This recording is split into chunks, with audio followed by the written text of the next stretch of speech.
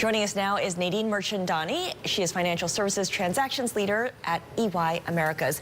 And Nadine, in your report, you look across sectors and players, and whether it's consumer, whether it's the tech industry, whether it's PE, the one common thread here is that technology plays a role no matter what sector, no matter who's involved. Absolutely. Technology is the common thread that's sort of weaving together trends.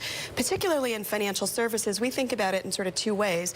One is it enables the business. So it's the digitizing of perhaps traditional processes in financial services. But incrementally, it's sort of how do we access new markets? How do we embed financial services perhaps in the way people are living more actively? And that we call the challenger segment.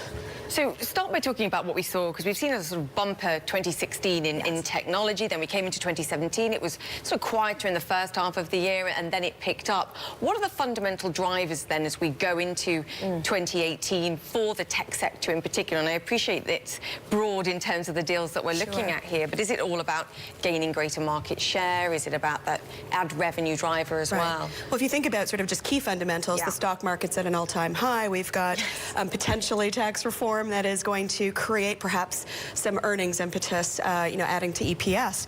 And so if you think about that, it's really about growing to new markets. So perhaps accessing electronic distribution channels in financial services that you might not otherwise have had. So think about robo-advisors, or think about perhaps insurance online going direct to consumers. So there's an element of digitizing channels directly to the marketplace. Mobile payments, another huge Exactly. Recent transactions this week. I mean, payments, if you think about the financial technology sector, probably one of the more mature segments of the marketplace.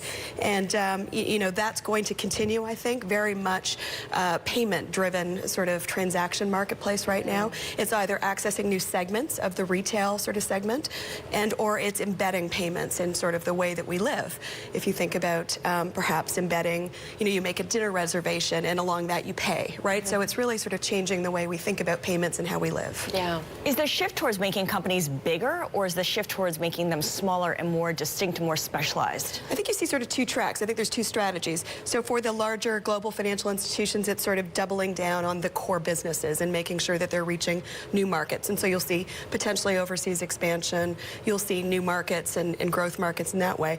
But for, sort of smaller institutions, it's being number 1, 2, or 3 in the market you choose to play in. And I think that's really where it's going to the core and make sure that you're expanding on your footprint to be the sort of the top players in that particular marketplace. I just want to very quickly ask about the consumer space too, because we've seen a kind of blending of the tech and consumer. I guess the obvious one would be Amazon, Whole Foods this year. How often do you get people coming to you and saying, what's Amazon's next acquisition target, and where do you think they're going, and where should we be looking? Right. Well, I mean, they are certainly sort of the breakout, sort of, moving left and right a little bit in terms of industries perhaps that they were not traditionally in.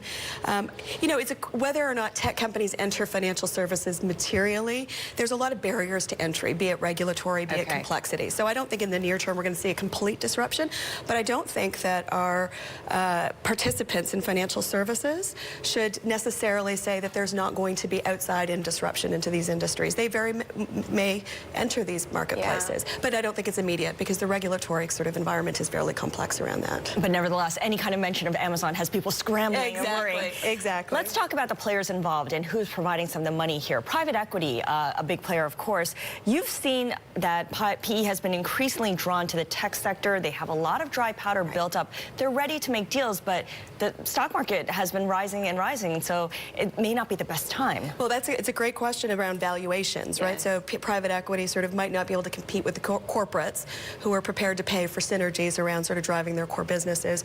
Having said that, there is a lot of dry powder for private equity. They are very good at identifying sort of opportunities to sort of buy and grow.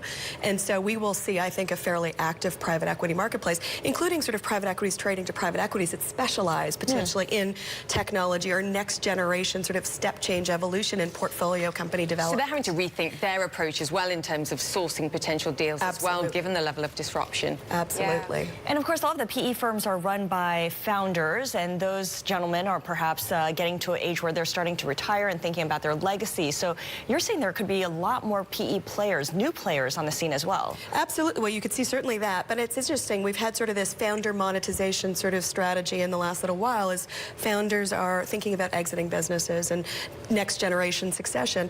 It will be interesting to see how tax reform changes perhaps those decisions, right? So there's going to be personal tax consequences, flow through tax consequences potentially. So it's very much an individual by individual sort of tax profile situation that may either add to that or frankly just sort of pause and people rethink what those, sort of personal consequences are vis-a-vis the actual company consequences. Nadine, great to chat to you. Thank you so much. Nadine Mirchandani, she's the Financial Services Transactions Leader at EY Americas. Thank you for that. Now